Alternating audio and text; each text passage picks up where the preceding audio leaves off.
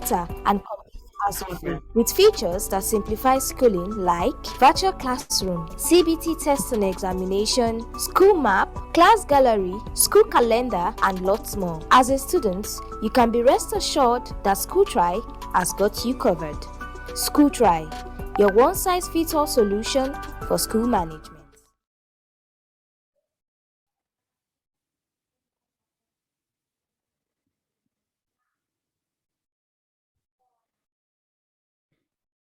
Are you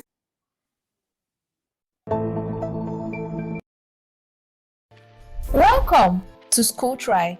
Schooltry is an innovative mobile app that helps to organize, digitize, and transform school management, connects parents, students, and teachers in real time.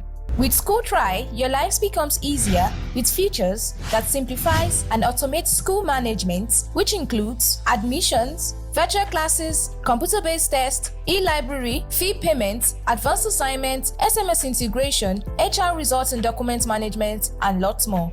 Click on Get Started to begin your free trial today, and for more information, you can sign up for our newsletter or check out our blog post.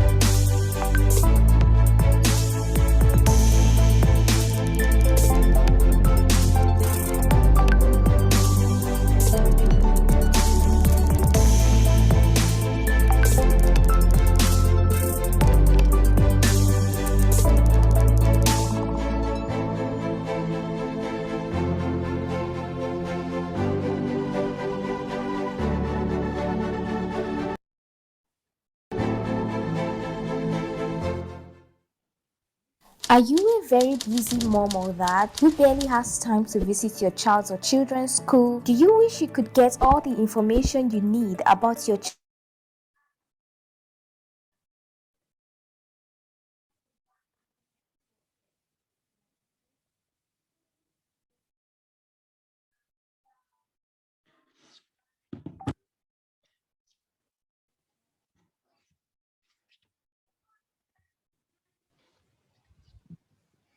Hello, good morning, everyone. Uh, it's so nice to see that people are joining on a Saturday morning. It's Saturday morning, and we know that everyone should be resting, but it looks like this topic is going to be an interesting one. I mean, it's a burning issue in the society. So I guess that's why a lot of people are joining. If you are joining us, please let us know where you are joining from. It will be nice to know. I can already see people from Kaduna, Delta State, Lagos. Thank you so much for joining. We're going to be starting very soon. We're starting already. And please, I would like to know where you're joining from. It's so nice. I can see someone from Okwe local government area from Delta State. This is awesome. Once again, good morning. My name is Halima Balogun. I'm a research scientist, and I'm also a co-founder and CEO of Prescriber Health Tech. And I'm based in Stockholm. I live in Stockholm, and I'm also, how will I say, one of the advisors of Schooltry, which is an edtech solution. And without Schooltry, of course, we won't be here today. It's so nice that they have decided to organize this panel webinar. We all know that this is a burning issue in the society right now, and this is a perfect time to discuss this issue. We've heard cases, we've seen on all over social media what has been happening in our society. And it doesn't mean that it's only in the Nigerian society. It happens everywhere. Bullying happens everywhere. Education or school has been a place whereby when we were growing up, is a place where people want to look up to when you are going to school. You are always happy in the morning when you are going to school. But should it turn into a place where our kids are now scared to go into that? No, it shouldn't be like that. We need to seek effective measures, ways to curb this menace. And without that, without seeking effective measures, it will continue to be a menace in our society. So we need to act now and act fast. Also, we have professionals. And when I say professionals, I know that they know their jobs very well because they've been in this field for years. They will be discussing this issue with us. Today's agenda will be in two parts. So first we will have the panel whereby they will present their views. They have different topics to talk about. They will present these issues with PowerPoint. And then we will have a second session whereby it will be about discussion. So if you have questions, please get them ready. There's a question chat area where you can post your questions, and we'll try as much as possible to answer these questions during the second part. And if you also have comments or anything, please put them in the chat. Please remember, this is Saturday morning. We want to get this done as soon as we can. So please remember to mute your mics if you are not talking. We have someone joining us from Kogi, Lokoja. Oh my God, I'm so impressed. So that will be the agenda for today. So if you have your questions, make sure you type them and get them ready. Also, this webinar wouldn't have come to fruition without the involvement of NAPS. And so before we go ahead into the main thing, I would like to invite the president of the National Association of Proprietors of Private Schools in Nigeria, Chief Yomi Otubela. Chief, are you on this call, please? Chief, please get ready. And also, briefly, I will introduce the members, the panelists. We have, please, if you're on this call, just unmute and say hello and good morning. We have Mr. Adeola Aderomu. He's an educationist. He's my egbon, and then he knows. And then he knows this job in and out. So I know that he's an expert in this field. We also have the amiable Mrs. Sunkomi Ogunkomi. We call her Suki. I know she's a school proprietor or rector, as we call it in Sweden. And she's also passionate about education as well. Suki, can you please say hello? Good morning, everyone. Good morning. Thank you for having me. And then we have Mrs. Okpeyemi Amadasun. She is also an educationist and a child behavioral expert. She knows this job in and out, and I know that she's got her own views about how to tackle this menace. Good morning. Can you hear me? Yes. Good morning, everyone. Thank you for having me. Now I know that you're on this call. And lastly, we have Assistant Professor Manije Vafahoman. She lives in Stockholm. She's from Iran. And then she's also an expert in this field, especially in the area of child psychology, as well as mindfulness. And she's also a great research scientist. So welcome, Professor Manije. Hello, and thank you. Yeah. Thank you for having me. Yeah. Mm-hmm. And also, yes, we know that this event is being put together by Schooltry. On this call as well, we have Mr. Ismail Eleburike, who is the CEO of Schooltry. If you're on this call, just say hello. I need to ensure that you're here. Nice to have everyone on board. And I know we have Isaac on this call, Isaac Idowu. He's also the digital marketing expert from Schooltry. Thank you everyone for joining. Chief Yomi Otubela, are you please on this call, sir? Yes, he's on the call, but I can see that the name on his picture is different from his name. Okay, but can you hear me, sir? Good morning, Dr. Halima. Oh, okay. Thank you Good for having morning, me here. sir. Good morning. So, yes, Chief, so you'll be giving us the opening remarks about this topic, this burning issue, no to bullying. I know that this is your area of expertise and you've been involved in putting this webinar together.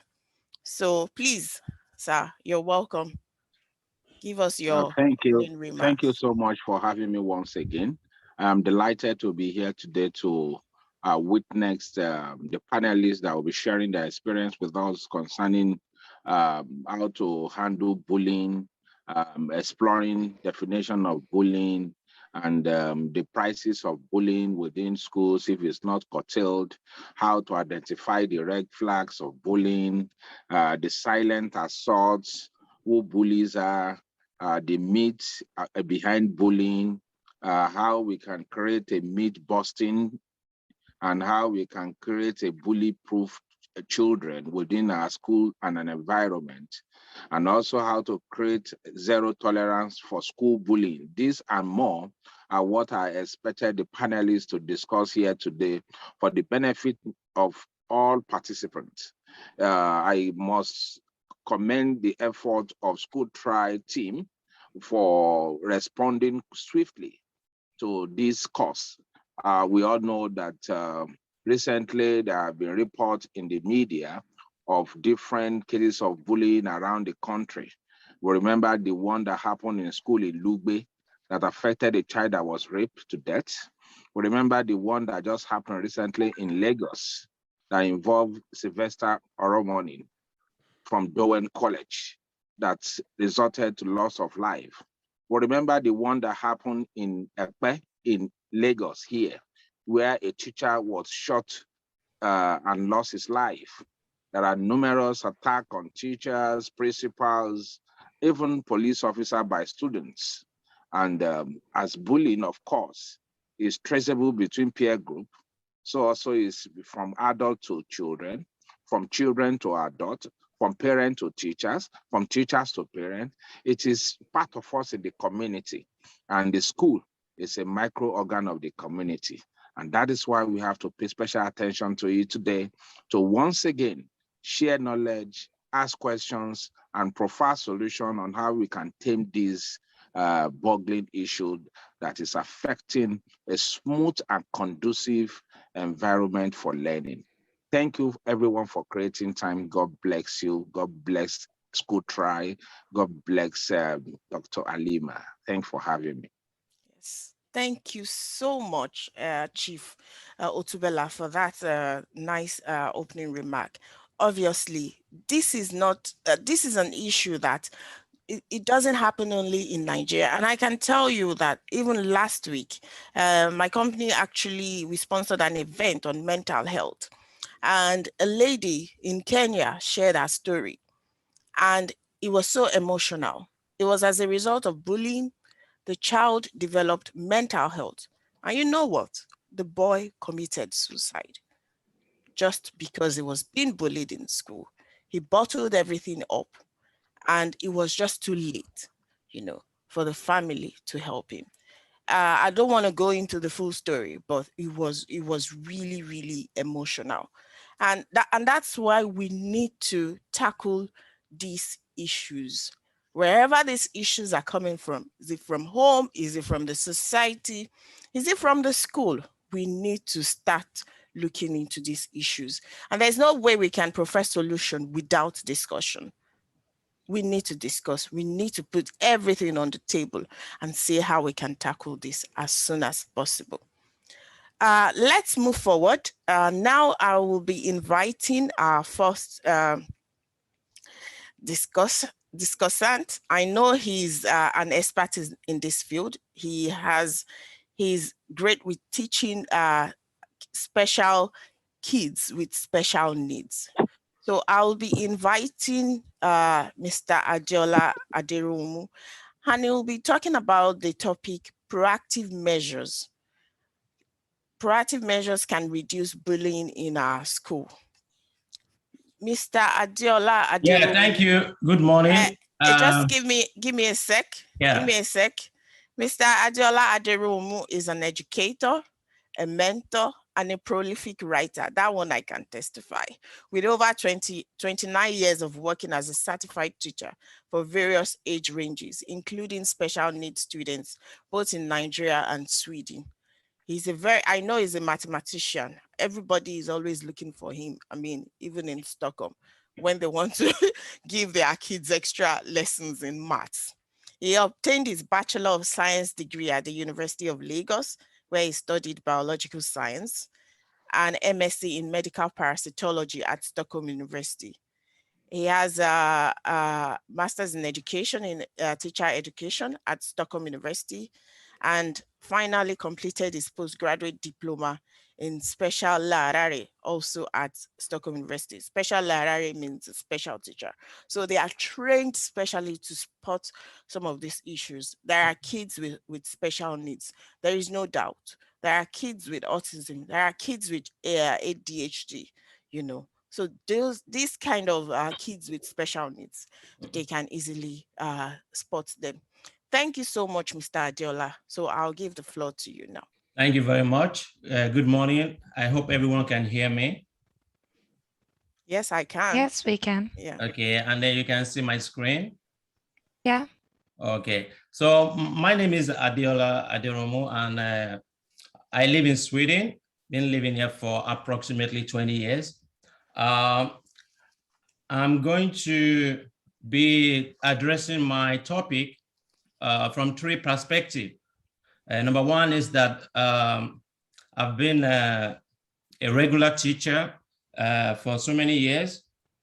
And number two is that I've also been a teacher of special needs for a couple of years now. And the third perspective is that I live in Sweden, and so my views will be influenced by where I live right now. But I will try to remember how things were in Nigeria as well. So I'm looking at what I've called proactive measures that can reduce bullying in our schools. And I know there are going to be many speakers today, 5 or more. And so we'll probably have different points of views on how to approach this. But my view is that of being proactive, knowing fully well that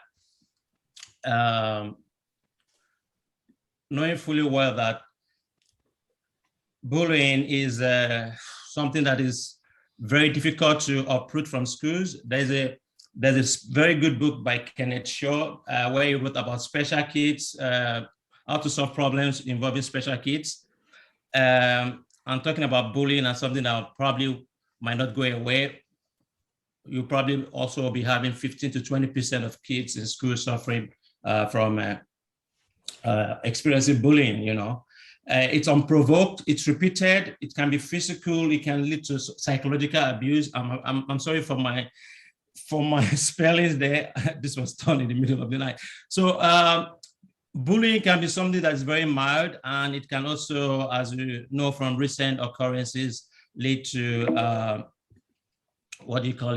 serious situations like someone losing their lives. Mm-hmm. So what I want to approach this also by talking about the school as a reflection of the home and the society. I had one of the previous speakers talking about the school being like a micro representation of the society. That's very correct. And it's good that we have sections where we can take questions, take your questions later on, because right now I'm just going to run through this in 10 minutes or so. So how is the school a reflection of the home and the society? Yeah, there's a very popular view of the educational system right now that is called the social cultural perspective of learning, which means that anything that an individual does is actually not done in isolation. So there are always factors within, the school that influences individuals. There is influence of the home and the society right from when a child is born. I mean, they pick up the language and other values from home. Subsequently, they pick up dressing, and they are also exposed to the media, either at home or generally in the society. So then when they get to school, they're also influenced by not only their peer group in the social cultural setting, they're also influenced by teachers and adults who also have different background, ages, they have different perspective. Some teachers are old school, some teachers are new schools, they have different qualifications, some are not even qualified. And then you have also the broad influence of our educational policies. Politics as well cannot be ruled out. Then you have different kind of school, private school, public schools. Some are nice, some are not nice, some are good, some are not good. So if you put all of these things together, that's what makes you eventually who you are, in addition to your genetic constitution.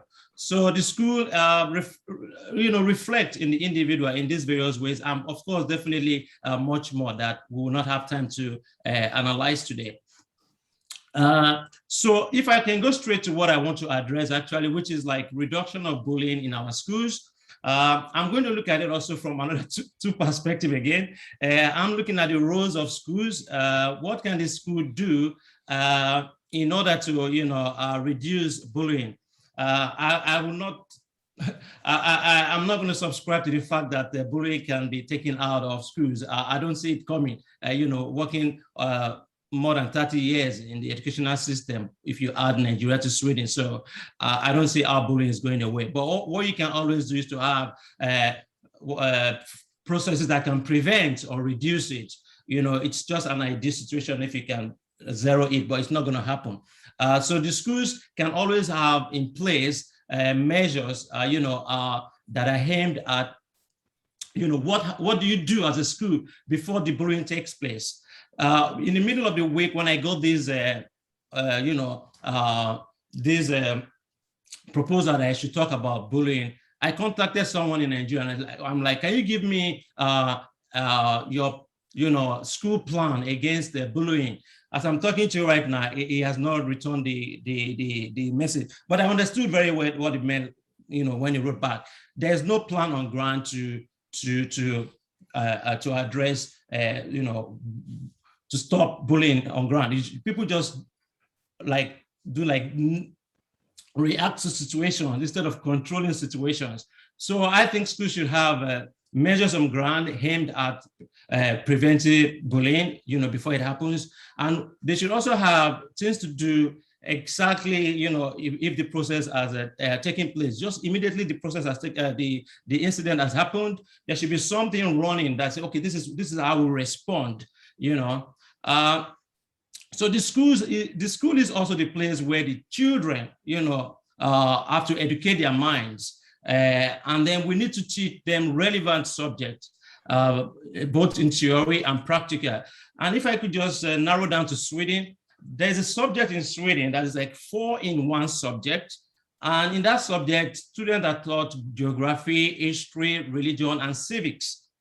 And all of these subjects are very important in forming of an individual, especially the civic aspect, where you are taught about your society, you're taught about democracy, values, respect for the environment, respect for human rights, respect for the other person, This doesn't mean that there's no bullying in Sweden, like I said, but I think when they learn things in this kind of subject, they have a consciousness of, what is expected of them as citizens in the country. But again, there's no zeroing of bullying. But these are some of the things I think influence students when you talk to them in Sweden. I would suggest that schools need to have what I call school integrated activities that can balance social interactions among students. I know in Nigeria, we used to have like the science class, the art class, the social science, but I don't know how effective those classes are today, In Sweden, we have, in some schools anyway, we have the culture class where the student leaves school sometime and go to some other educational places to receive their education. So they are not stationed in one place. There is a science class, and they also go to the science department in some other places to learn more about science. Then you have a technological class, and then, you know, in practice, not just sitting down in the classroom and, you know, memorizing stuff.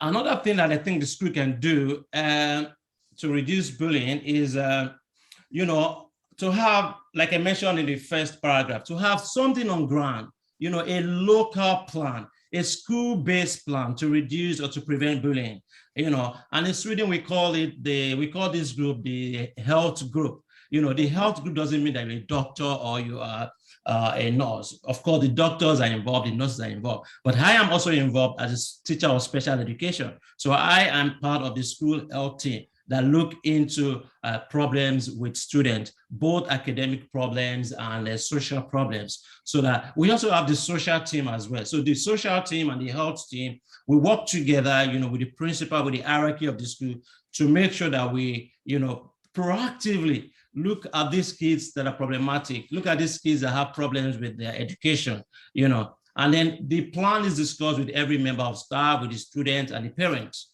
you know. So this is something that is always on ground. I mean, you need to have it either in a private school or public school in Sweden. Otherwise, you will not even be having a certificate or a license to practice or to run a school anywhere. So these are fundamental things that should belong in every school. What does the plan contain? Yeah, it's varied. It depends on the school. It depends on the ages of the students. It depends on the individuals forming the program. But everything is aimed at, you know, reducing or preventing bullying. So it's called the health plan, and is managed by the school health team. Then I have a question here. How do our schools deal with suspected mental health issues? I don't know how that takes place in Nigeria, but it's a question that might come up later or somebody might be able to answer. So I also have questions when I write stuff. Yeah, I do have a lot of questions. The society has a role to play. Generally, the society has obligations to the children and to the young people. I mean, like someone pointed out earlier on that, oh, Adiola likes to write. Yeah, I've been writing about Nigeria for more than 20 years, you know, pointing out social and, you know, other ills in the society. So I can tell you right away that in that aspect, I know that we are failing our young people. But we can always improve. This is a proactive advice anyway. We can have free or paid activities, because in Sweden, some activities that the kids do after school are free, and some of them are not free. But we know that we're trying, or the government or people are always, you know, criticizing when you have to pay for your kids to go to like maybe a music school, you know, or some special places to learn certain things. But this is just part of my suggestion. Anyway, I know some of these things exist in Nigeria, but if it is only for the elites and if it is only for the rich people, then it is way wrong. We need to actually start looking for ways to occupy the mind of young people with activities that they can afford or that are free. Then you can also have this on a local government level, you know. When the last time I've been to Nigeria, I saw that we have in every local government, like what do you call it? We have religious places where people can go and worship. But I can't remember setting my eyes on the youth center or the youth section where these children can come and, you know, play instruments, you know, sing songs, dance, nothing like that. So we are focusing on the wrong thing in our society, I must say. We need more sport area. I grew up in Festac Town, and I saw right before my eyes where all our sports centers disappeared. Now we are tackling drugs, we are tackling drug abuse, we are tackling crime, we are tackling, yeah, that didn't exist in 1977 or 78, you know, when I was like a little boy. Because then every day I'm playing football, I'm going like 2-3 kilometers away from my house to interact with other people, and it's always football or, you know, doing all these things that they have in the park. None of them exist in Festac anymore, unless you're maybe a rich man or woman has built a house, then you may provide these things for yourself. So community-based activities should be back. It's very proactive to occupy the minds of our young people with things that are actually make the quality of life to be good, you know. And education also is something that you can invest in, even outside of the school, you know, by having places where they can go and learn about artificial intelligence, programming, and technology. These things don't stop in the school. They have to be, you know, spread out in the society for everyone to partake in. Also related to what I've just said now, community centers and venues where you can have adults, professionals, you know, who can guide and counsel young people if they have problems at home, if they have problems at school, maybe they can go there and, you know, it could be a telephone call to, you know, to booking time and, you know, talking with somebody who can help, who can, you know, share your problems and give you concrete advice. Then I think one thing that probably is missing in Nigeria today is the internet-based database. In Sweden, you can just go online to search for almost anything on physical and mental health. Yeah. And I think we need that in Nigeria. And also we need communications between the society and our schools. We need call lines, centers for children and young adults who are in distress so that they can, you know, again, discuss their problem with professionals. We need a social security system that can help us to bridge the gap between the poor and the rich. You know, young people do not need courtesy to feel that they belong somewhere. There are so many good things you can do with your life. There's so many interesting things you can lay your hands on that gives you quality, that gives you, you know, that helps you to maximize your mental capabilities. I mean, we are using how many percent of our brain? Maybe less than 0.010. I don't know. There's so many things you can engage people in. And courtesan will never even be one of them, you know. I think I've used like 15 minutes. Just let me with these 2 slides. So when bullying happens, the first thing you do is to implement the local school action plan on bullying. In that plan, you will find the role of the principal, you will find the role of the parents, who informs the police, who makes the police report, who clears the air before falsehood and fake news take over.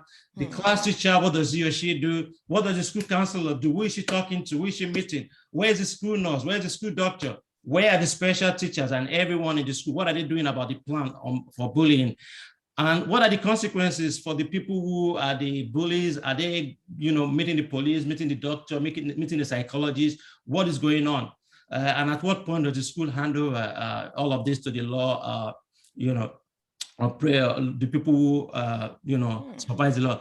We should not hide under the cover of boys will be boys. We need to act. Boys should not always be boys. They should do things that are expected of them. When it happens, that's for the school, the society. Everybody should be responsible and not be fighting for space on the social media to, you know, propagate fake news or to just want to take fame for reporting things that are not too relevant.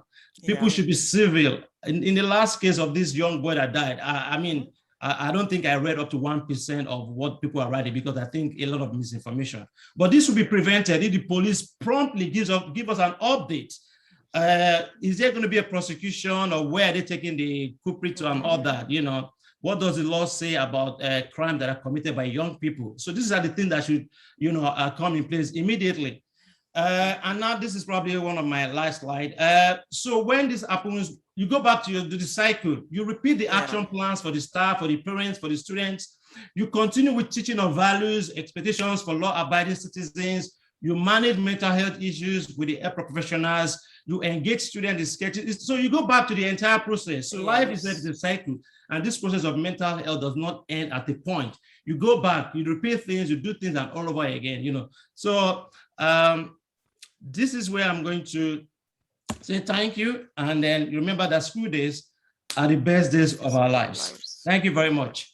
Wow. Thank you so much, Mr. Adeola. Yeah. I know that, I mean, in this field, the way this whole webinar is going, it looks like we will have another one. We need to have a part 2, because I know that you just rushed every slide I went through, I can explain in 20, 30 minutes. So this will take 24 hours. Yes, exactly. Even 48. Exactly. Thank you so much. Thank you. So I'll bring the next speaker. And I think I saw her. Yes. So the next speaker is Olasukomi Ogunkomi. She will be discussing the topic, keeping the communication line open, bullying from different perspectives. She's a management professional and special focus on preschool management. She studied social management at Stockholm University and obtained her MSc in business administration at Blekinge Institute of Technology. This is also one of the schools in Sweden. Olasukomi Ogunkomi, are you ready? Yes, I am ready. Okay, please share your screen. Yes. Rector, I know you're also very passionate about education. I remember the last time when you met my son and then he said, oh, now I'm going to IAS. And you said, of course, your parents are Nigerians. You should go to IAS. And that still resonates with him, you know. So, yes. Can you see my screen? Yes, I can see your screen. All right, then. It's very interesting to follow the previous speaker because he had a very broad discussion about bullying. Yes. I would like to narrow it down a little bit and bring it down a little bit. He had very interesting topics that I am going to pick up as well. But because I am a school manager in Sweden, I would like to look at bullying from a very smaller perspective. And I hope that I'll be able to communicate what's in my head so that everybody understands it. So yes, no to bullying, keeping the communication line open. It is important when we're talking about bullying to think of the communication between different parties. And who are these parties? I think these parties include the school, the parents, the students, or the students that are involved in this. For this communication to happen, I believe that it is important that we have to be proactive and not reactive. Like the previous speaker said, you can't take bullying away completely from the school. Absolutely not. There's no way it can go away. But you can be proactive about certain things to reduce it or curb it or take it or minimize it to the barest minimum. So if you don't take anything out of what I am going to say today, take this out. Be proactive. That includes the school. That includes the parents. That includes even the students themselves.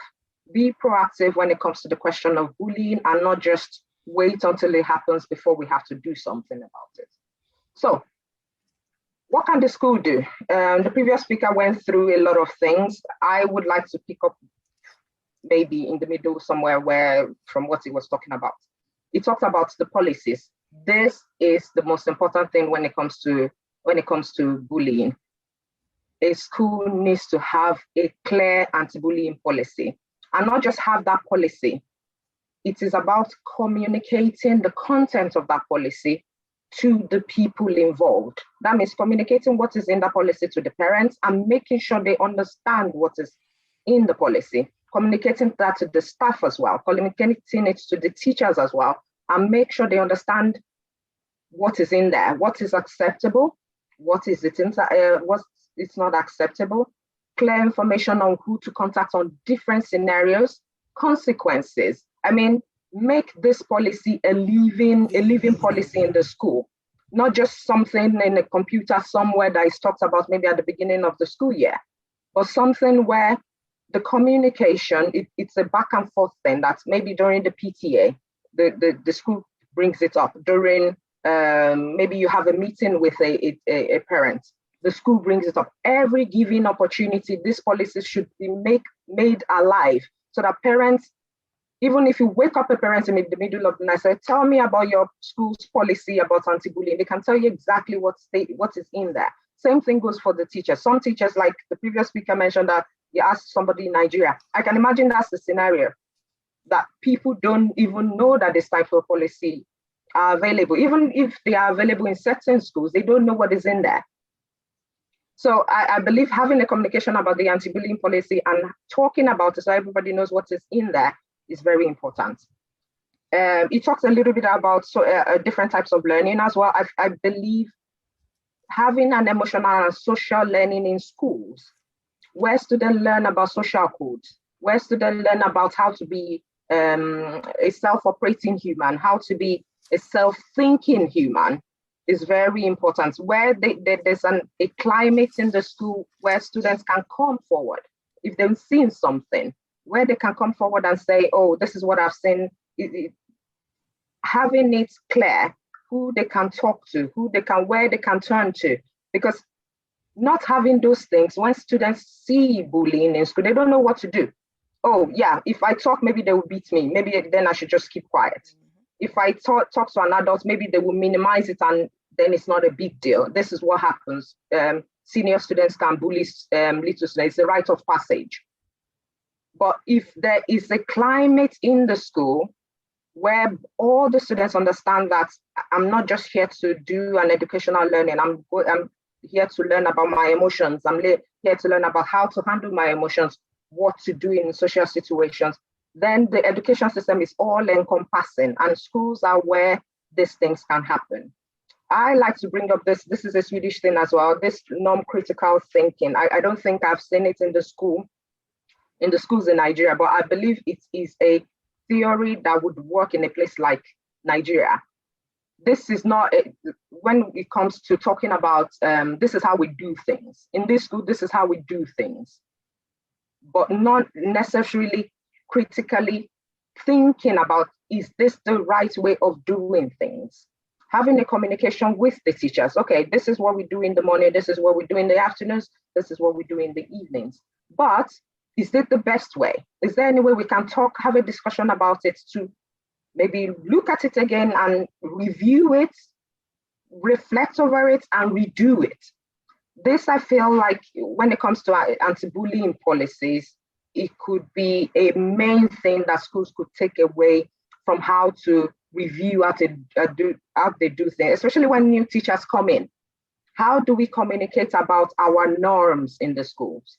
How do we discuss what ways the teachers can come into the school's culture? Because the school's culture sometimes creates this environment as well. But what is the school doing about its culture? How is the school reviewing the culture? How is the school critically looking at how things are done? I feel like if there's communication about these points that I've raised, the school can, to a large extent, be able to curb bullying, to curb bullying in some places. It can be taken away.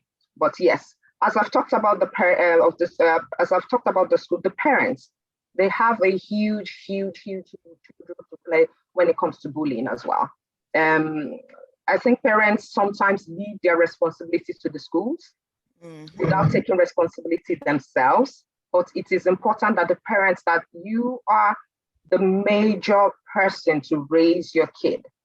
It is not the school's responsibility to raise your kid, but the school is there to help you raise the kids so that they are a part of the society. But it is the responsibility of the parents to raise your child. And how do you, to prevent bullying or to be proactive in communication about bullying with your child, it is very important to ensure that your child is self-aware and understands social codes. I think the main question I'm trying to ask is, make sure your child is not the bully. So how do you do that? You talk to your child about bullying before it happens. You talk to them about their social life in school. You build a relationship with them. You talk to them, and especially you talk to them so that you can figure out patterns, maybe even things that they are not talking about. Kids, you need to talk to them a couple of times before you see a pattern in how they talk, before you can understand the things that they are not even talking about. Build a relationship with the school as the parents. Don't just come and say, hey, hello, Mr. A, and just leave your child and go away. Build a relationship with them, talk to them so that you have an understanding of the school climate, you have an understanding of the school culture, and you know who to talk to when you have a problem. Ask questions whenever you're there. Don't just come and just say, okay, bye-bye, I'm leaving my child now, and breathe a sign of relief. Oh, finally, I get to get rid of this child. But you're there to make sure your child is learning something, to make sure that your child is not being the bully, so that your child is not being bullied by other people. Bring up concerns about your child with the school or with the teacher. If they are doing a mentorship program in the school, talk to the mentor of your child. and follow up. Don't just ask questions and leave, and don't follow up as much as you want to. Send emails, ask questions, call them, give them a call. This is how to be proactive. Before even it gets to the point where a child is killed, there must have been signs that the child has gone through this. This is where the parents come in. This is where the parents ask questions. This is, if your child says something this day, follow up about what the child has said the next time you see the child, or the next day. You don't even need to wait for a long time. The next day, oh, how do you feel today? How is it going in school? Are you settling in? Asking these questions will let you identify the patterns before it happens, while it is happening, and to be able to take steps on what to do. Lastly, I will go to the students. Being proactive communication, the students' role. I think we forget what the students can do as well. And it is the job of the adults in the students' lives to be able to help them to handle this anti-bullying problems that they might be facing. I've been talking a lot about being critical. The school has to be critical. The parents have to be critical. Even the students have to be critical. They have to be self-aware. They have to be critical about the friends that they keep. They have to be critical about what they see that it is wrong. And this goes back to the learning that I talked about, the emotional learning, the social learning, not just the educational learning, the all-encompassing education that the child needs to be able to be aware of what is going on around them, to be able to understand social codes, especially bad behaviors, to be able to identify the bad behaviors and know where to turn to. This goes back to the anti-bullying policy that I talked about. If a child is aware of the anti-bullying policy, then they know the consequences that is attached to it. Then they know who to talk to. They know okay, I need to talk to my parents, I need to talk to my mentor in school, I need to talk to my teacher. They know the hierarchy of who and what to do. And it's important that we let parents let the children talk to their parents. And children shouldn't be punished for talking to their parents, because I've heard situations where, oh yeah, why did you have to say that? And teachers minimize what the child is talking about and make the child look stupid. So the next time it happens, the child doesn't want to talk about it. So these communication lines needs to be open. Yeah. For us to be able to curb anti-bullying, for us to be able to see it while it is happening, for us to be able to attack it so that it doesn't go further than what we are seeing. I am aware that the other panelists are going to talk about more information, but I just thought that this part of looking at bullying and communicating about it is important to lift off, and this is what I have done. And if you don't take anything, like I said, be proactive, not reactive. Thank you from me. Thank you so much, Suki. I mean, I love your perspective, and I know that, I mean, keeping the communication line open, it is very, very important.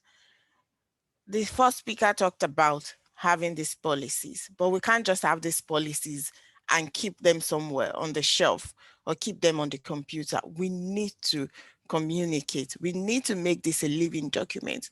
And like you, part of the communication, I can actually testify to that, because actually a few weeks ago, about 2 or 3 weeks ago, I was like having a chat with my son, with also my husband. And I don't know whether we talked about, yes, I think it was when the issue of Sylvester broke out. And I asked him, he's 14 years. And then I asked him, Farid, what do you think about the bullying? And then he said, you know what he told me? He actually described the different roles. He said, in bullying, because I asked him, what do they teach you people in school? I mean, we talk about it all the time, but I just wanted to, know more. And then he said, there is the bully. There are 4 roles, actually. There is the bully, the bullied, he called them, and then he said the observers and the cheerleaders. When he mentioned those 4 roles, I was like, And then I asked further, so what do people, he described the roles, the bully is the person who is like, yes, bullying. The person that is being bullied is there. He said the observers as well, they have a role to play, and the cheerleaders will be cheering on person bullying the bullied. say, yeah, go on.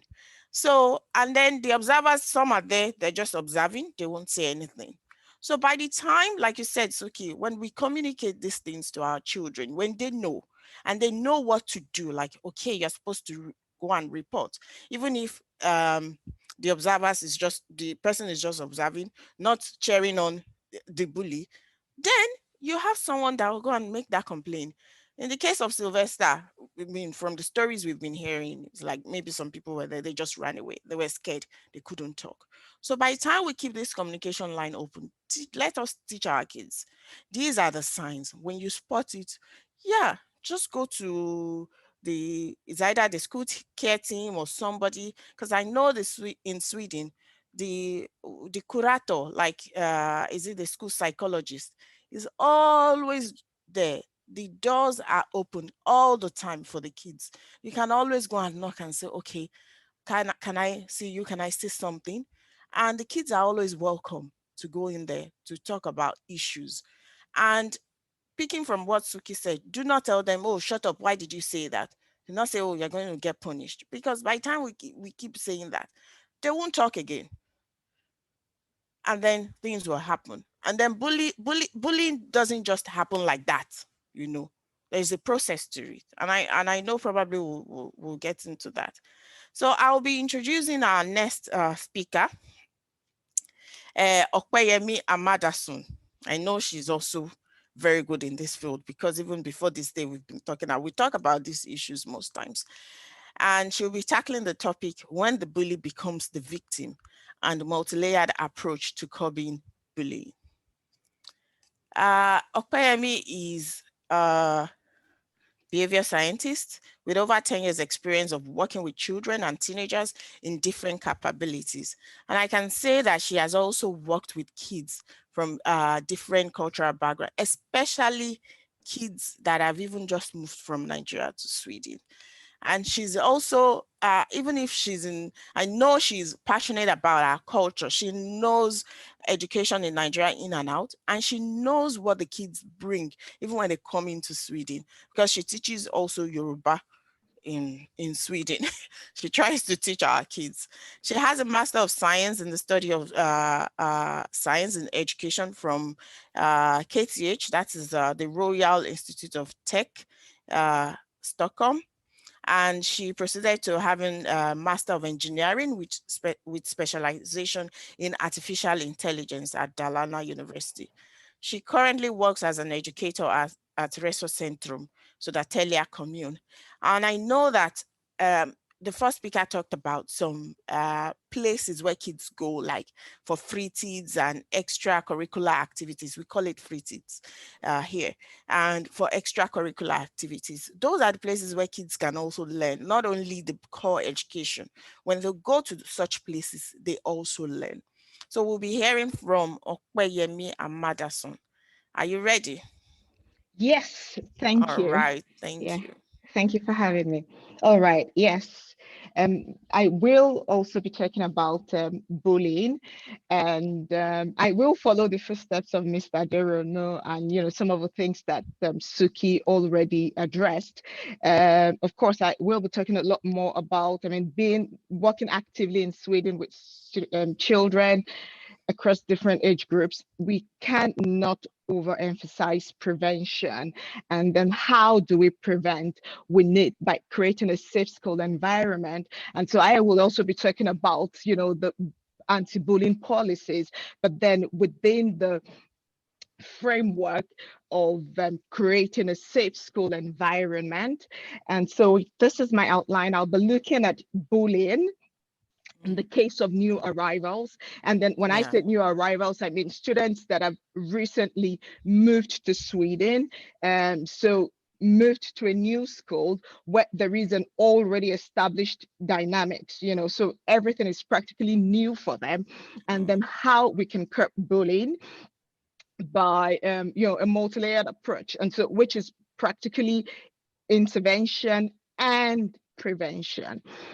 Can you click on slideshow? Yeah. If you go down, do you know where you have the 67%?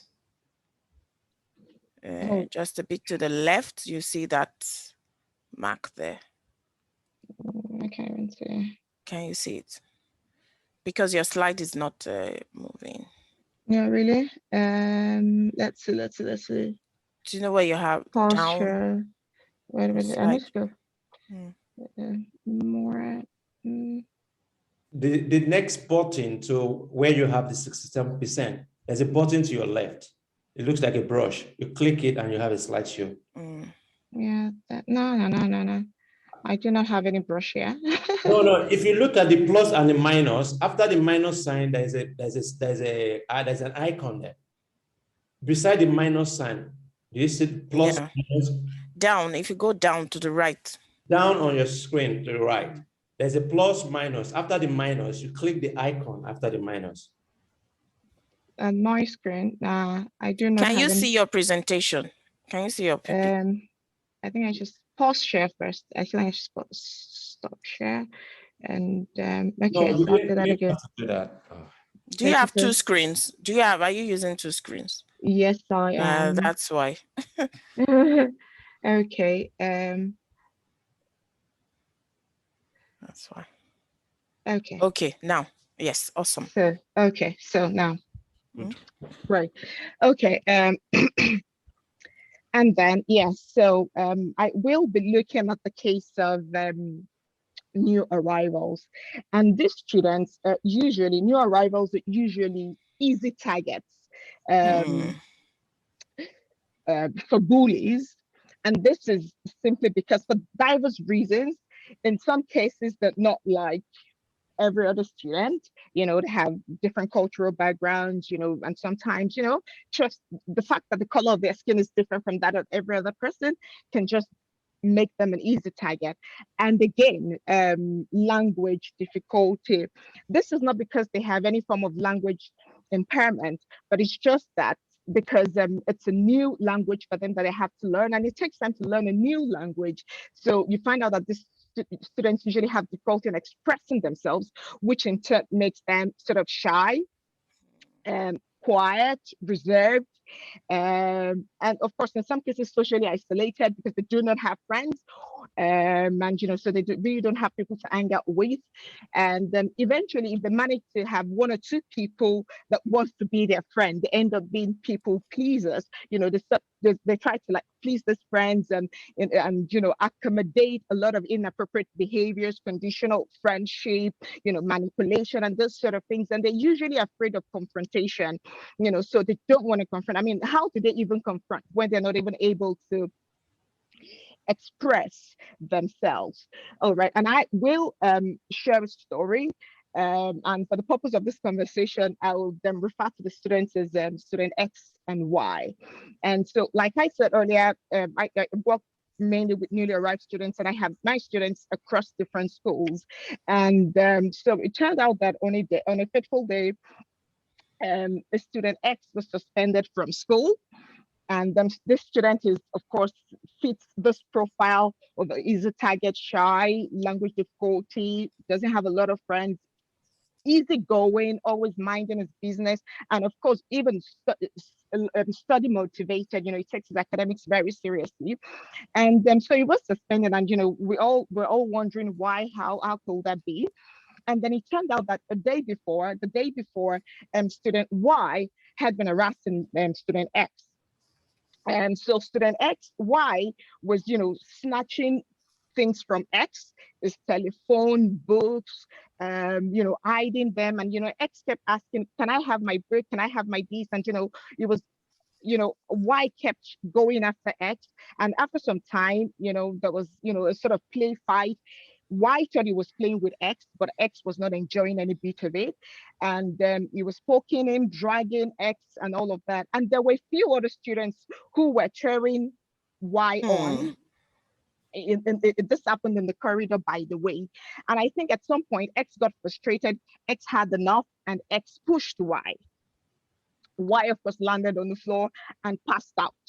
So then it became a big deal. They had to call for the ambulance. They had to call for ambulance and all of that. And then Y was taken to the hospital. It turned out that Y sustained a level of injury And because of that, I mean, X action was also clearly against the school policy because X ended up inflicting physical injury on Y. So X was suspended. And I consider this a case of double jeopardy for X because, you know, when we interrogated X, it turned out that it wasn't new. It's been happening over time, but X has been quiet about it, you know, and then he probably had enough. And so this is just a clear case of a victim of bullying becoming the bully. Okay. And to make matters worse for X, the parents of Y decided to press charges against X. And as I speak, this case is still in court. And, you know, the lawyer said if X is found guilty, they will have to pay damages to Y. And then there are a few lessons that we can, you know, draw from this experience. And I think that students should not feel helpless to the point that they have to tackle bullying themselves. I mean, this should be the responsibility of the school and adults. As a matter of fact, every school should have measures in place, you know, to address bullying, prevent it, and of course intervene when it does happen. And this is where I'm going to be aligning with what Mr. Doromu and Suki have said earlier. We need to have anti-bullying policies in place. In fact, we need to have a framework, you know, to deal with these situations, to prevent them and even deal with them when it does happen. All right, so what are some of the things that we can do when bullying happens? I think that first and foremost, we need to encourage students to speak up, you know, when bullying occurs, and if they eventually gather the courage to speak, it's important that we take their report very seriously and act, you know, immediately as adults. And I believe that when they do, you know, we should reinforce them for reporting. Say to them that you're glad, you know, that they're saying this to you and you're going to be doing X, Y, and Z. And what are the things that you're going to be doing? And this is where every school owner should ensure that you have measures in place, you know, to deal with bullying. You should have a response plan, you know, and this response plan can be embedded in the school's framework to create a safe school environment. And so apart from following the response plan, some of these things can also even go in your response plan, ensure the safety of the student, provide support for that student, you know, find out if the behavior is still happening, and then evaluate if the student reporting is still at risk, because we know that bullying sometimes comes with threats. You know, if you do this, I will do that, you know, and of course, and I want to believe that students will be reporting to adults, will be reporting to teachers. And if that happens, it's important that the person that takes that information reports to the principal, who will in turn kickstart an investigation. And at the same time, I also want to say it's important that we notify parents. And now I believe that we have to notify both parents, but the parents of the student who's been bullied and the parents of the student who has bullied another student.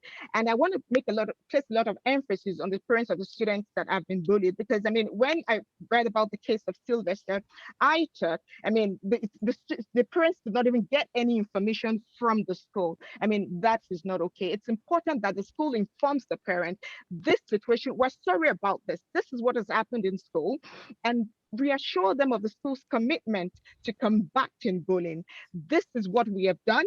This is what we're doing at the moment, and this is what we're going to do in the coming days. And, you know, that will give them a level of assurance that the school is committed, you know, to really tackling this. Yeah, so having talked about intervention, I think the most important thing that we can do, like every other speaker said, is prevention. And how do we prevent? You know, pretty much by creating a safe school environment. And we should have a framework in place for doing this. And this framework should be known to all stakeholders, students, members of staff, and parents. In fact, I believe that they should also take active part in creating this framework. All right. And what are some of the things that we can have in this framework?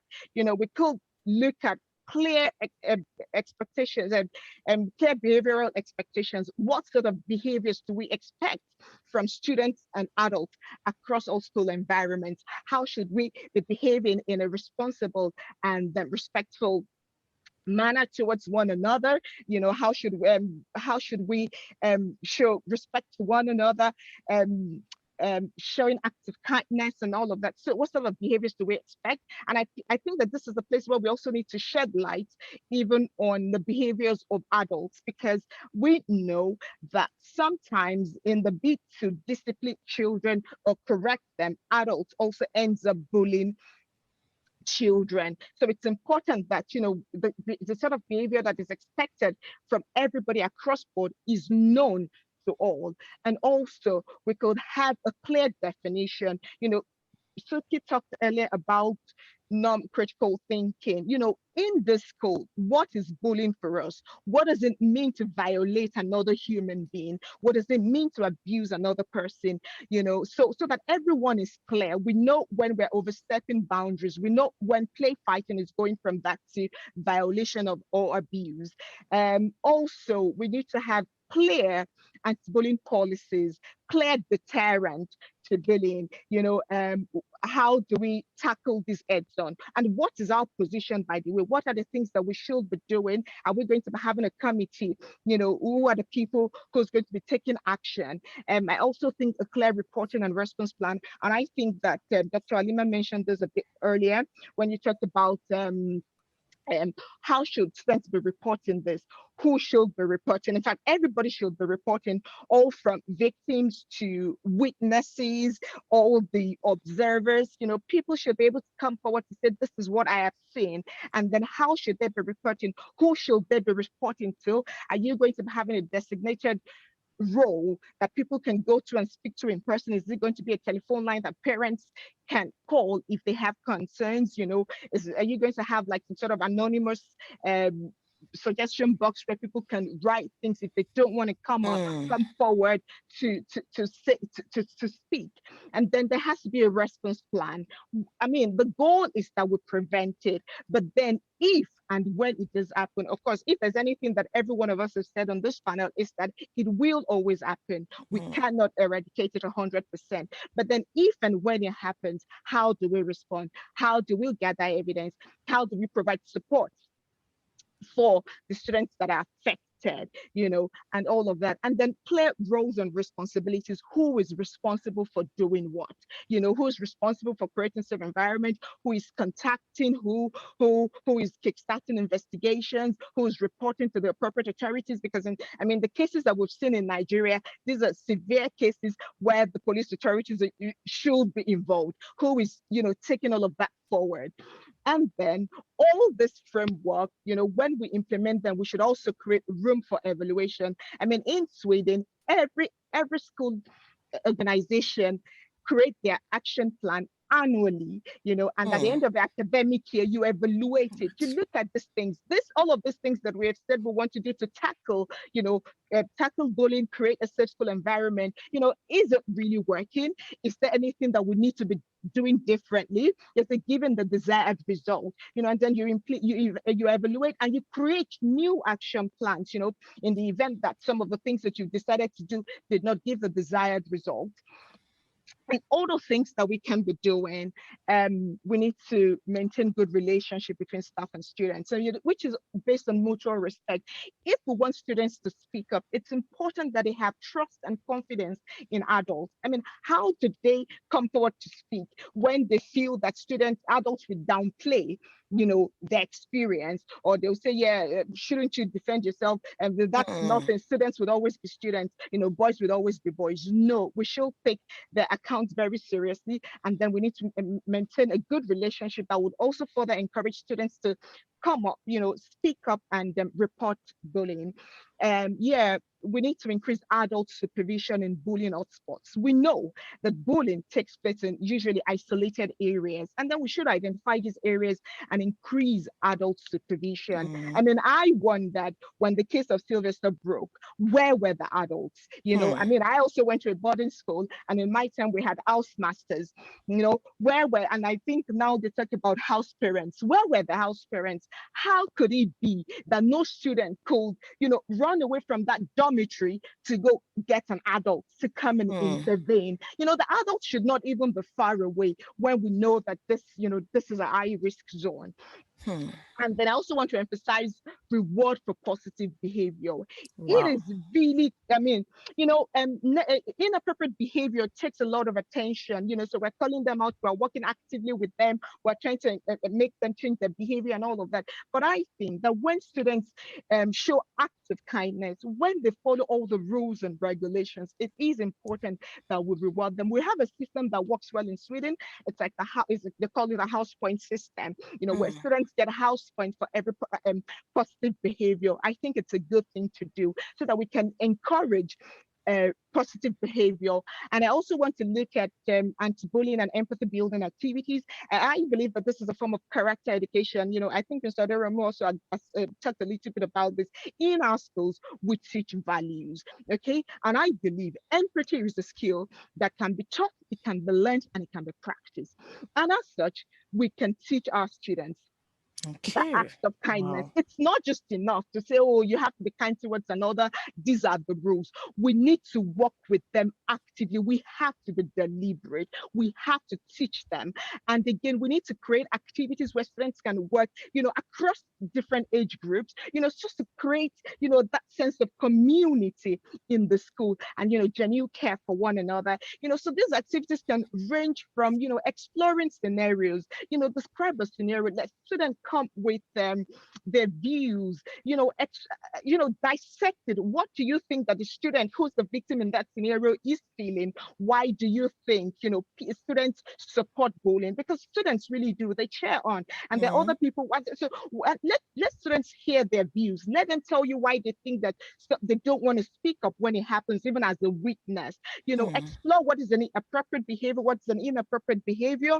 You know, explore inappropriate behaviors, you know, conditional friendship, manipulative behaviors. You know, look at all of these things, and you know, this would help students to develop traits of kindness and empathy. And really, what is empathy really? Empathy is, you know, the ability to put yourself in the shoes of others. And then you can also, within the confines of these activities, you can also look at you know, what to be done, how do you respond, and when you're faced with this sort of situation, what do you say, what do you do? And of course, students can also create anti-bullying posters, you know, that you can paste all around school, you know, as a reminder that this is not okay, this is not acceptable, you know, we're not going to be agreeing to this. Also, it's important that adults watch out for signs. What signs do you see when you see the students are all of a sudden withdrawn, they have low self-esteem, you know, grades are dropping, they're losing interest in the things that they like to do? Adults should show genuine concerns, have a conversation with them, get to the root of the matter, find out what is happening. And also, I also want to look at monitoring and tracking bullying behaviors. I believe that when we do this, we have a whole lot to gain, because when it's also time to evaluate, this is first and foremost, we give a clear picture of how safe our school is. And again, when it's time to evaluate your framework, and then you can really have, you know, information black and white as to all the things that we're doing. You know, is bullying really reducing in our school? You know, and then this would help you to sort of like come up with new actions, you know, better things to do to prevent bullying. And then finally, I will leave you on this note, like everything has been said, but then prevention. I will leave you with this quote. It was Frederick Douglass that said, "It is easier to build strong children than to repair broken men." Thank you. Wow. Another interesting perspective. Thank you so much, Wayemi. I know that these 2 hours will not do justice to this topic, but let's move on to, and remember, please, if you have questions, put them in the Q&A session in the chat. You'll find it there. And I hope parents are on this webinar, school teachers and everybody, we all have a role to play. Moving on to our next speaker, and for this session, it will be Assistant Professor Maniji Vafa. She's from Iran, Tehran in Iran. I mean, bullying happens everywhere, irrespective of where you live. It even happens in workplaces. Let's be honest with ourselves. You see anybody, when you feel like you have a higher position than somebody, there is a tendency that you will bully that person. So it happens everywhere. So let's hear from her. She's an assistant professor with years of experience in research and education. And she'll be talking about do not combat bullying, uproot it. Is it a school matter or a social issue? You know, does this happen in our society? Let's look at it. And she's a consultant at Vafa Medic AB and founder of ODIR, One Decision Infinite Rewards, that I know very well. It's a mindset and lifestyle organization. And she currently teaches biology at middle school year ages, because in Sweden you need to actually segment the different age groups. And yeah, she also lives in Stockholm. Assistant Professor Manishi Vafa, Human, welcome. Thank you. Are you Do ready? you hear me? Yes, Do you I hear can me? hear Yes. you. I can hear Thank you again for giving me the opportunity to be part of this wonderful discussion. So please guide me if I do wrong with sharing my slides. How does one share? You have the share screen. Do you have the green button, the arrow that goes up? Share a screen. And then I choose this one. Yes, you choose your PowerPoint. And then I wonder if it's a slideshow or it's a small. Yeah, the slideshow. Is it a slideshow? No, it is now. Yeah. Now it's. Is it a slideshow now? No, do I you think you see? need to click it again. Again, but I see the slideshow. How do I do that? Stop share. Because I see on my monitor it is. Do you have two screens? No. Okay. So try it again. Oh, it completely closed my presentation now. It's weird. Technical issues. So share screen again. Share screen. And okay. Do you see it as a slideshow now? Yes, now. Yeah, now. Okay, thank Awesome. you. Yeah, Notobullying. It was really interesting to see other colleagues' perspective on this. I'm happy to have selected a little different aspect today to talk. Bullying is very comprehensive subject and can be approached or addressed from quite a few different angles, depending on the concept and the environment that it occurs. So today, in coming few minutes, I decided to look at it from very basic level and address, give hopefully the more general picture of that and the universal way to address. To do that now, it doesn't go So further. Just click next. Yeah, I do, but it doesn't go. Are you using?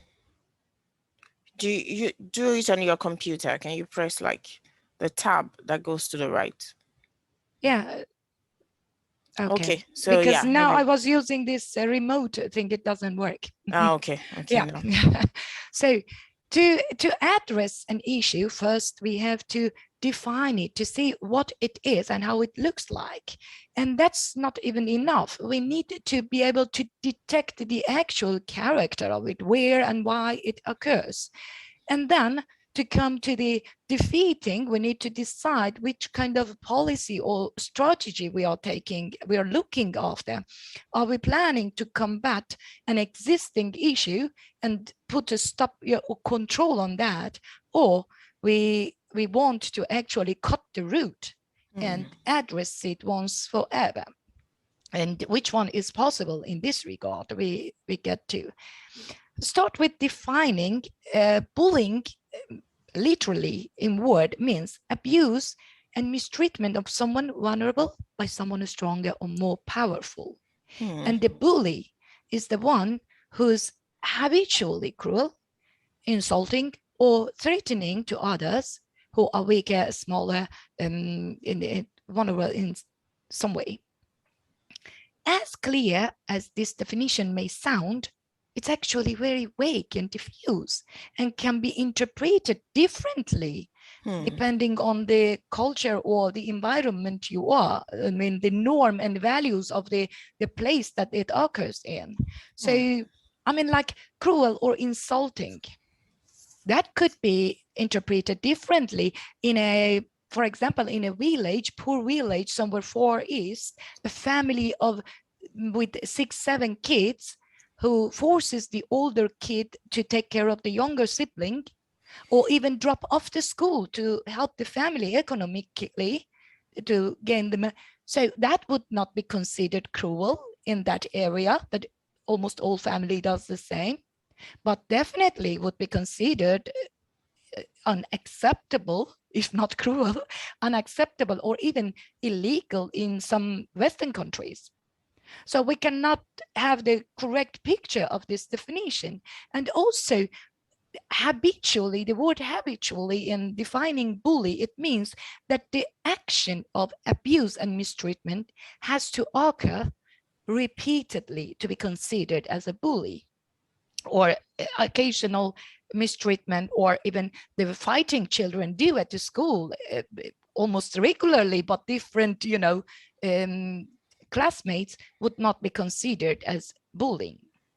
Even in Swedish definition of the bullying is that to exclude one from a group, like classmates or colleagues in a group, in social group, when you exclude someone, or even you spread rumors behind someone's back, is called it as bullying. With this definition, we want to detect where and why it would happen. To address the where, easily, as Dr. Halima said, it happens all around the world, regardless of culture, socio-economical situation, or even ideology or religion of the people. It happens. And would we consider that just as look at it as a school problem or problem in different compartment in the society, like work environment, or then I would say it actually occurs in any social interaction between two or more individuals with significant imbalance of power, as Halima said again earlier. And to focus in this short time we have to tackle the why it happens, we can come with numerous literatures, books, and articles about this psychological or socio-psychological, economical causes behind that. But simply to put those serious psychological issues aside, I mean, the pathological aspects of the some people, then I would say that it's human, simply. Why does it happen? Bullying is, unfortunately, an unavoidable and profound defect of humanity. We do that either consciously or unconsciously to different extent, to different levels. Doesn't have to be really physically hurting someone, but this means that anybody is capable of bullying or may act as a bully or have acted as a bully, consciously or unconsciously sometime in life. So I just wanted to draw your attention from that, what we see reported in school or work, to how this more basic aspect of the bully, how serious it can be. Now to defeat. Are we looking for a strategy to combat what exists and put a level of control on that, or we want to look for a way to cut the root? And is that possible at all? we will discuss shortly. It means that are we looking for a medicine for an existing and spreading infection out there to heal or relieve the pain, the outcome of the disease, or we are looking for a vaccine to even stop the disease or symptom of coming up, rising? This is quite two different strategy we can take. And how do? We start with the combating strategies. As we heard from earlier speakers, quite different perspective one can take, but all of them would start from the decision makers in an organization, and most profoundly from the society, the decision maker in society. Even if a school decides for its own, it would not be properly done, since from school to school the regulation would change. So it has to start from top in the society, the original decision maker.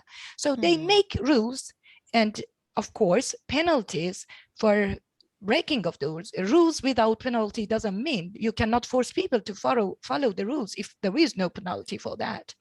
So that comes from decision makers, and then it goes down, streams down to different organizations or institutions that can apply that could be under direct control of the government or governor of the city at least. And of course, in a time it would affect the incident. We will see the decline in the incident, but it will not eliminate the cause, because it is limited to those organizations and institutions who has to follow the rule. And then the most obvious problem is the time. It takes time to take the word to the decision maker, to point out what a big problem we are facing, and then to make the move and write the rules and regulation to get it applied, and then go on. You know how long it takes.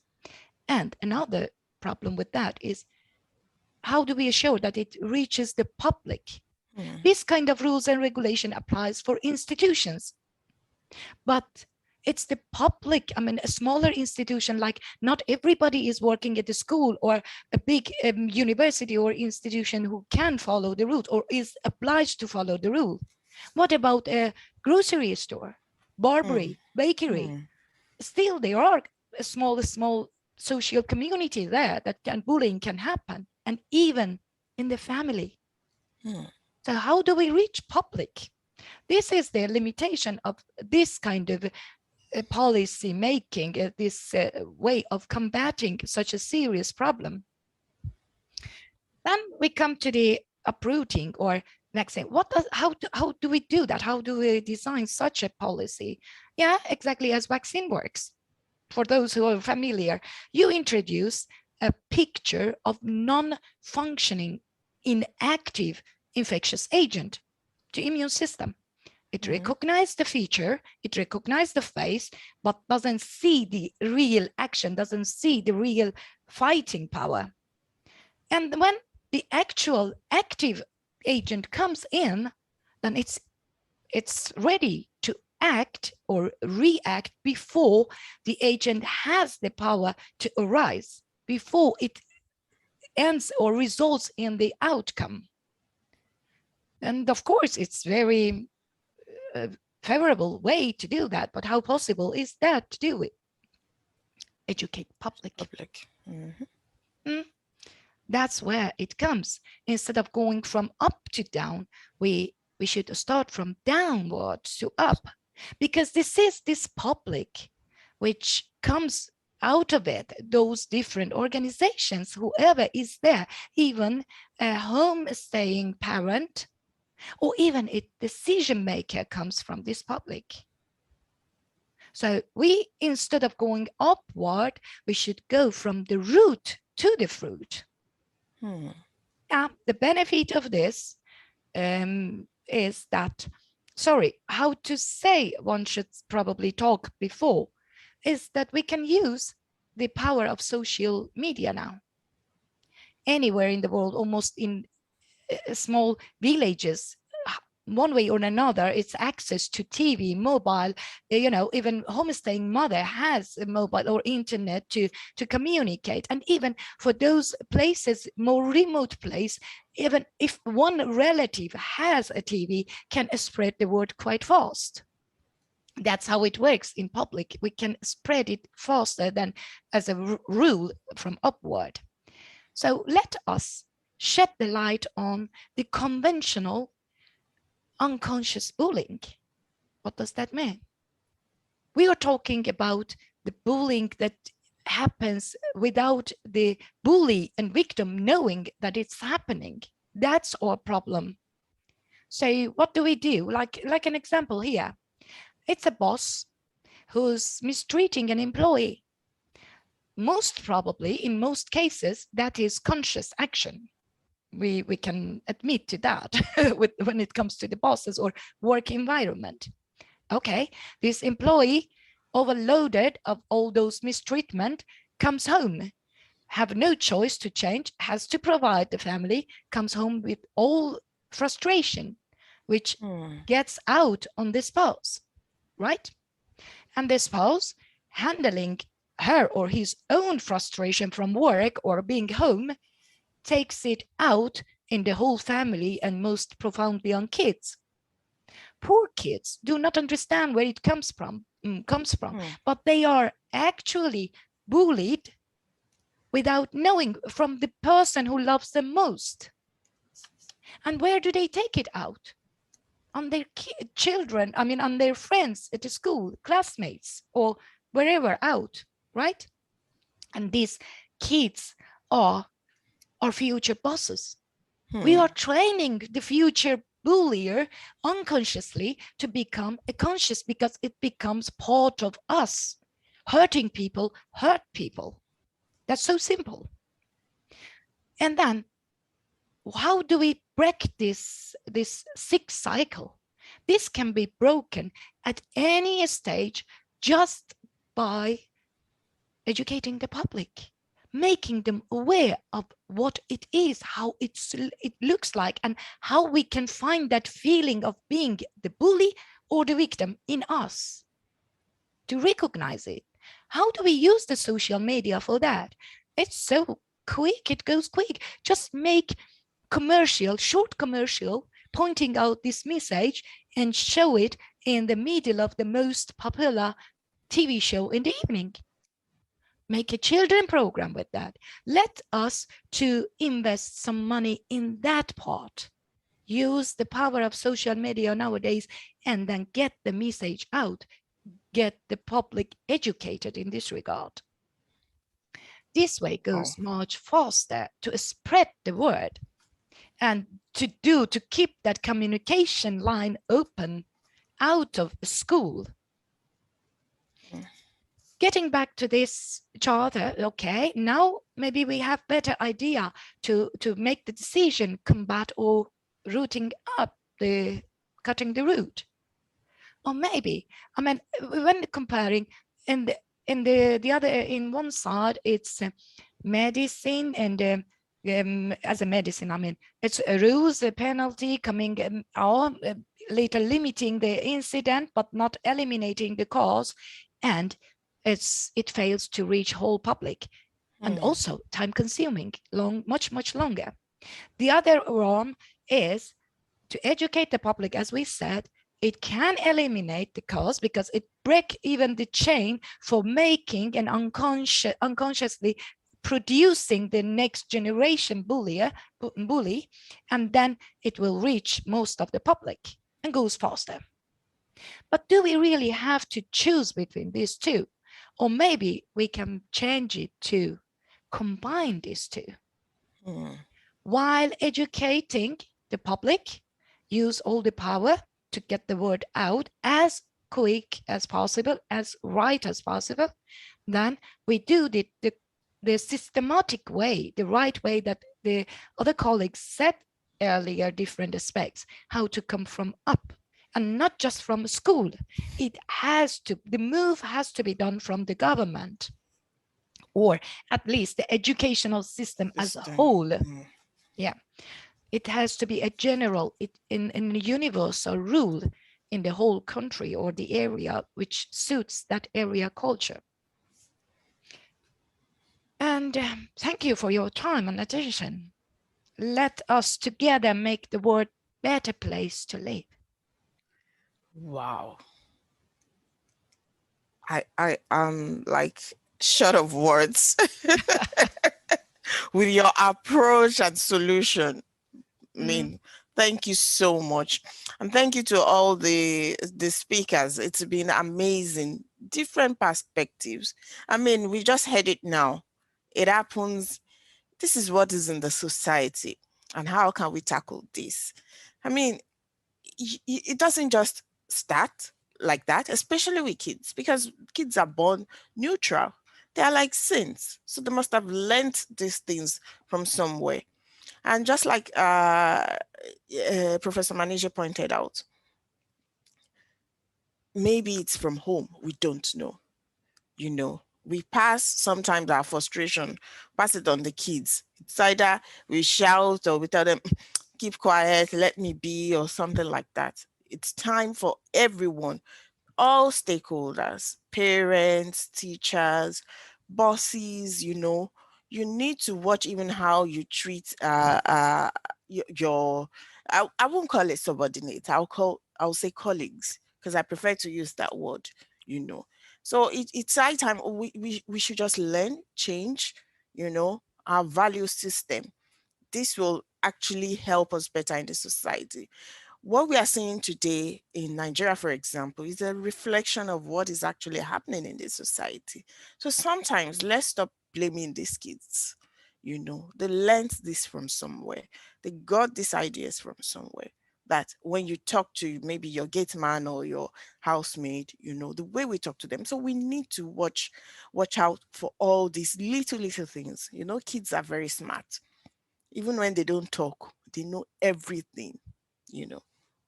So I'm just going to, please, if you have your questions, I know there are some questions already, but and some people are already asking, they want the video or probably a follow-up. Someone wants it like we should have it like January 2022. And that January 2022, I'm looking forward to, if you're on this platform, I'm looking forward to schools probably or principals or the school management team that have started thinking about this, and they should also come up with their own solutions. Just like what Mr. Adeola said, some schools don't have any policy in place. Let's start thinking about it. And if we want to have this in January 22, I want to see something like the policies.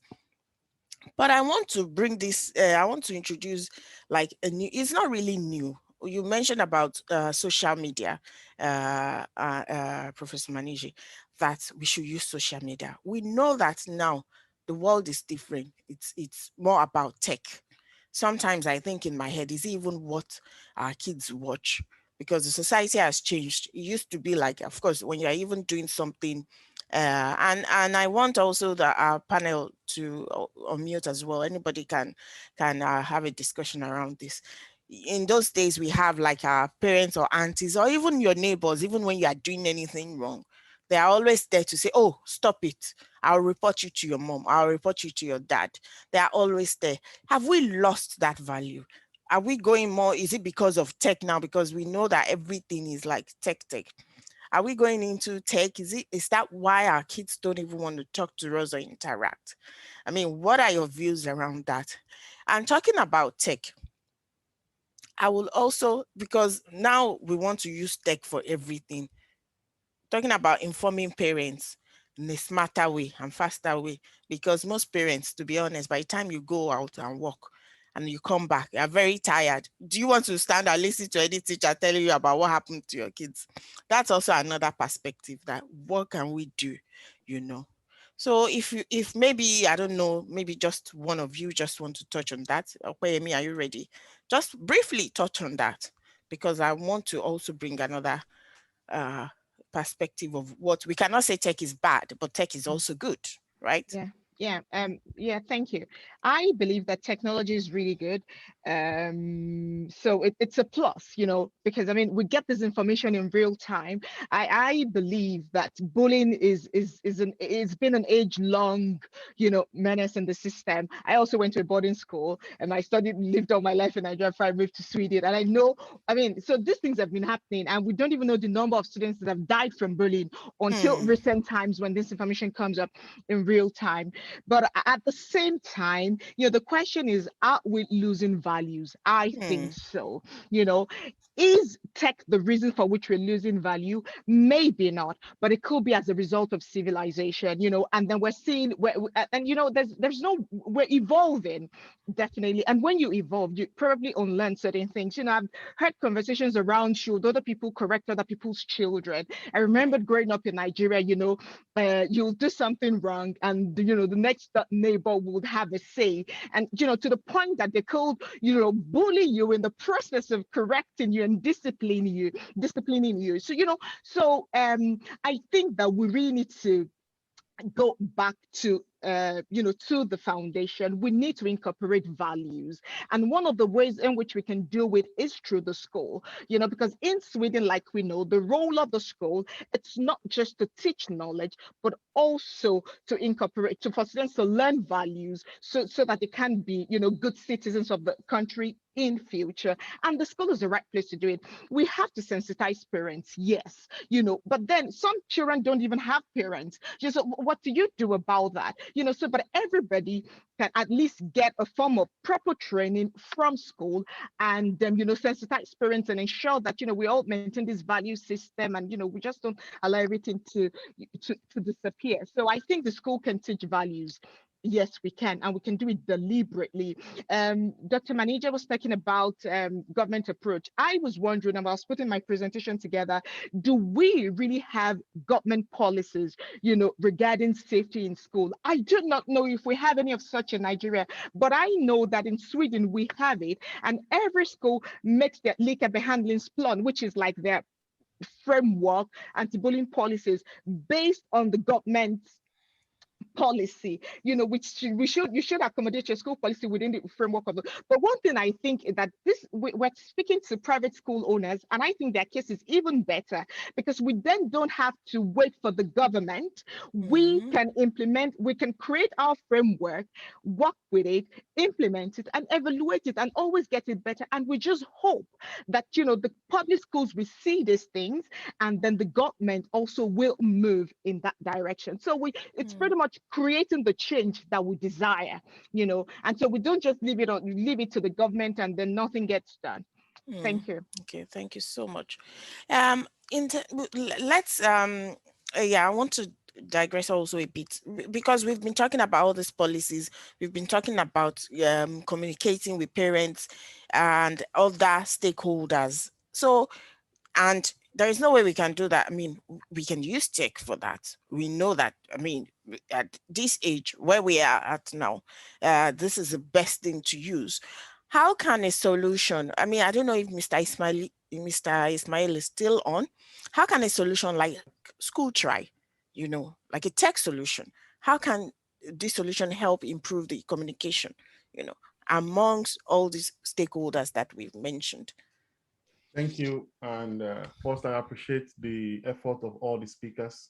I think I've been educated myself over the period of all this discussion, because we are just we are tech people, but we are not educationists. Wow. So I think it's a very good opportunity to learn about this, since we're also having kids. Yes. So I mean, talking about tech, one of the problems that we see, especially one of our panelists that talk about lines of communication.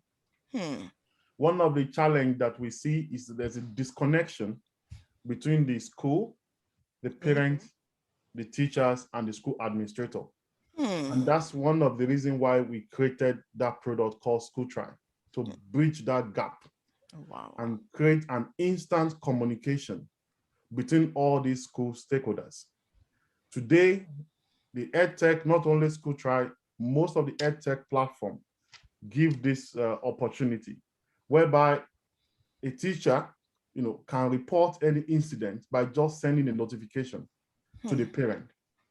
And within a twinkle of an eye, the parent can see what that child is up to in the school with a picture, with a text, and the parent can reply the school back. Even you can take a video of whatever has happened.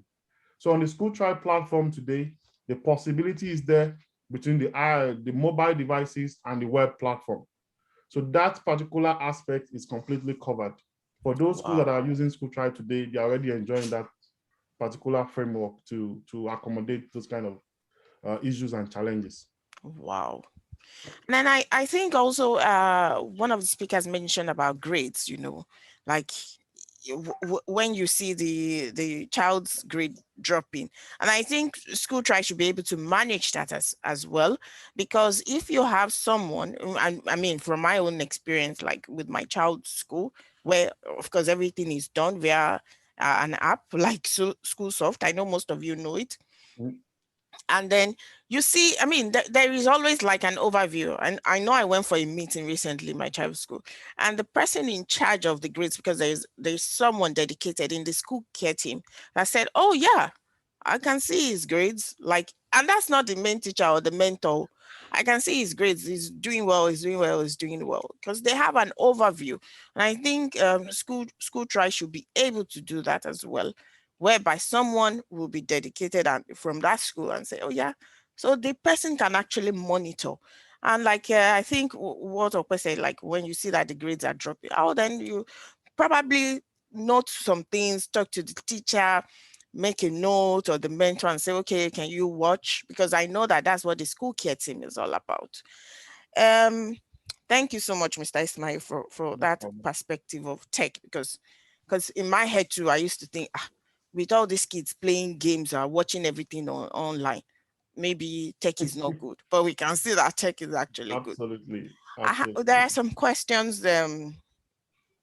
Someone asked, maybe this one is for Mr. Adiromu. Is it not too late to introduce community-based activities? Because the youths in the community are already touts. How can we advise the young and innocent to mingle with them? They will surely be corrupted. Of course, there will be, I don't know if Mr. Adela is still here, but like maybe I can just chip in my own perspective, like what Professor Manish just said. If we can, let's start educating the community as well. We will not only, education does not really stop probably in the main school setting. There are other ways that we can educate them. So Mr. Adela, do you want to? Yeah, I mean, it would have been nice to see the questions beforehand, but there is nothing that is too late in this life, you know. Not making an effort at all is the worst part of it. And like I did mention in my presentation, you know, we know why these things disappeared. I mean, the extracurricular activities, we know why the sporting venues, we know why they disappeared. Because my case of where I grew up is a classical example. And I've written severally on it, you know, because I felt very bitter about losing all the values that I had when I was a child. You know, going back home now, and you like the person who wrote that question is probably very correct. You know, like these things are gone. How do you put them back? You know, and we know where these things went to. It was people who thought that they had money, but no sense, that came and bought land that you knew that this land or this piece of ground is for children playing around, you know, mingling with one another and interacting socially.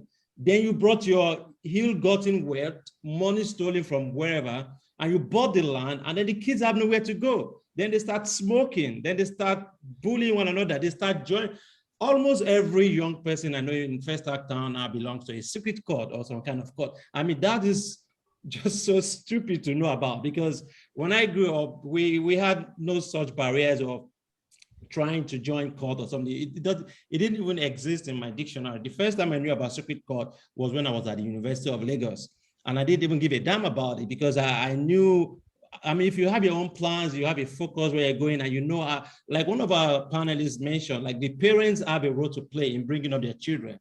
Yes, but you know, my brain is just full of so many ideas, but I would just like to drop this on a note, like, again, whatever you are as an individual, from my recent educational, experiences, whatever you are, I know is relative. It's not you doing things you're doing because you just want to do them the way you are. Whether you know it or not, is the influence of your society, the influence of the things around you that sums up exactly how you react to things. So when we say bully and all these people, people don't just get out to say, I want to be a bully. No, they don't do that. I mean, there's always a factor behind it, and some of these factors are things that you don't see. If you know that, if you see what is affecting somebody's behavior, you can actually treat it. But what about when you don't see it? Then that's where you have to manage, So this topic, again, is complicated, it's complex, but there's nothing too late to do in this life, like bringing back things that help young people, to socialize better. Yeah, thank you so much. We have another question, or probably a comment from, I know this person, Dr. Kashau. There are also guidance and counselors in Nigeria. Their roles shouldn't be only to choose career paths for children.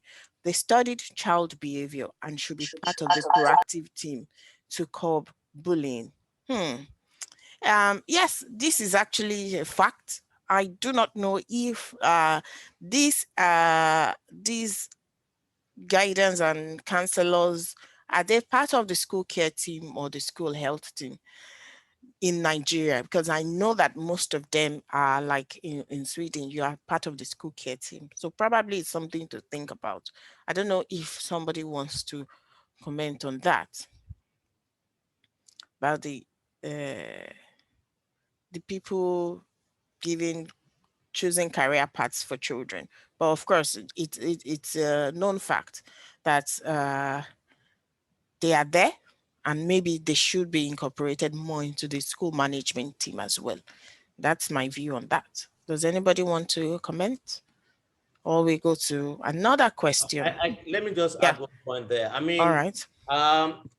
I think what they do actually is to advise, not necessarily to choose. I mean, they give information and suggestions that help the kids to probably make up their mind. So I'm just trying to rephrase that they actually don't choose, or they help or give information. And they can also do this together with the parents as well. So, I mean, the kids can sit down with their parents to make decisions. They can sit down with a counselor, and just trying to buttress that point professionally. Sorry. There is one important question here, and thank God I didn't miss it. A boy was bullied in a school, and the brother, who is in the same school, was pleading with the mom not to talk about it to the school authorities. If not, the boy will be in more trouble. What should be done? The mom is bent on removing the child from the school. Wow. So who wants to take on this question? Should the mom remove the child? In my own opinion, even if you're going to remove the child, you should still talk about it. You should still report the case. Can you rephrase the question again? How did the story go? So the question is, a boy was bullied in school, and the brother who is in the same school was pleading with the mom not to talk about it to the school authorities. If not, the boy will be in more trouble. What should be done? Because the mom wants to remove the child from the school. Okay, but what about the other brother? What's his own? Is he going to stay if the mom removes the other one? Yeah, that I don't know. Maybe I think it's from Fumi. So of course, in my own opinion, the thing is, you don't take your child out of school because I mean, it might be. It should not be because your child was bullied, then you take them out of the school. I know that in Sweden, when we get to like a very extreme situation, sometimes some students change classes or they change schools, but that is like an extreme situation. So this is where that aspect of having a plan in the school comes in. So the mother would be tempted to take this child out of the school because that is the option that the mother knows about. So if there had been another option on the ground, Somebody talked about it in Swedish word the other time, lika behind, like treating everybody equally. A plan that is open to the parents, that is open to the student himself or herself, and to everyone who is associated with the school. So you know that if you bully somebody, these are the plans to be followed. So definitely 100% no, don't take the child out of the school. The school should develop programs or plans to tackle things like this. I mean, why do we have law and order, unless you want to tell me that Nigeria has completely collapsed below sea level, that you can't rescue any form of civilization, that, oh, my child is bullied, I will take them out of school. No, you should not take your child out of school because they are bullied. And your child should not get into more trouble because you talk about it. So these are the things that we need to address head on, I would also like to say something. Okay. Okay, but I can go after many. No. Go ahead. Go ahead, please. So this is my view. I beg to differ from Mr. Aderono. And the reason is this. I mean, we've seen these cases over time, in recent times in Nigeria.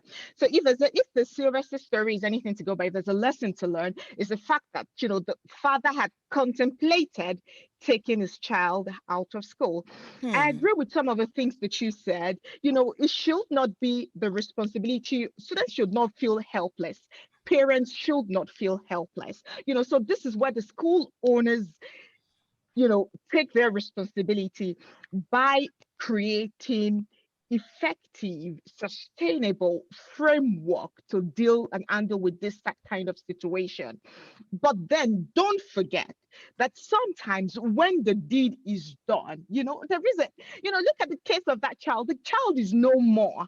Do you understand? And if the school does not have anything in place to deal with the situation, why would you leave your child there and continue to, the ideal situation, the ideal thing to do is not to remove that child, because the school should be able to deal with it head on. But now we know that some schools don't have any action plan to deal with this situation. We should not expose our children to risk.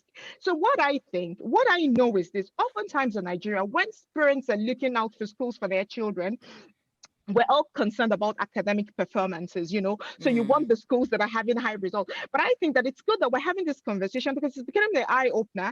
Parents can also start looking at, what policies the schools have in place to deal with bullying, to create a safe school environment, and then that if that is not a good one, you don't put your child there. And so I believe that there is no one-size-fits-all approach to handling bullying. It has to be localized. We have to look at the specific situation and the school environment to look for what works. So having said all of this, I believe that the parents should go back and check with the school. What plans do you have in place? How do you intend to provide safety and security for my child? Because really, we know that this is a classical example of bullying where it comes with threats. If you speak, with all sorts of threats, we're going to do this and that to you. So I don't believe that the parent might need to move their child if the school cannot handle the situation. But if the school can reassure them, and then they're genuinely convinced that yes, the school can handle this situation, maybe it's okay to leave the child, because really the child has to integrate. So moving the child around, also when you take the child to a new school, it's going to be a new environment for that child. The dynamics are already established. The child has to find ways to, find his or herself in that new environment. And it also takes time. And that can also put the child at a risk of bullying even in the new school. So I think if there's anything if there's anything we need to learn from this seminar today, is the emphasis on framework to prevent bullying. Thank you. Thank you so much. Okay. I don't know if Professor Maniji has the same view, but there's somebody here that has requested that he would like to speak for, I think, 2 minutes, but I think I'll give you 1 minute because we are like out of time. And I made a promise to the organizers that I'll make sure we end at 11:30. Prince Lawal, are you still with us? Prince Lawal? Okay, maybe he left because he said I should give him 120 seconds. And then maybe because they are attendees, maybe they don't have the chance to talk. You might have to make. Okay. But let's see. Yeah, Isaac, see if you can give him like unmute him. It's Prince Lawal Joseph from Ekiti State. But I have someone here. Good day, everyone. Thanks for putting this up. Can the panelists help us sample ideas on school policies on bullying? You have to, whoever, you have to reach out to Schooltry and see how this can be achieved. Okay, Prince Lawa, please, quick one. 1 minute. All right, thank you very much. I'm very, very thrilled with the way this seminar has been conducted. In fact, God bless the organizers. Quickly, say no to bullying. My opinion as a school administrator is that I will go with my 5S, like I put it there. The first S, the states, talking about the state governments at the different level. In our country here in Nigeria, I want to believe that the governments can also play their role effectively by implementing policies to guarantee child and all the children's safety in our society. Because today, even children are afraid to report cases of bullying, knowing fully well that, in Nigeria, if you are an informant giving good information, at the end of the day, it is one of the security agencies that will sell you out and they will come after you. And this itself alone scares children from reporting cases of bullying, be it at home or even in the school. So that is one. We have to run, sir. Number two, the school.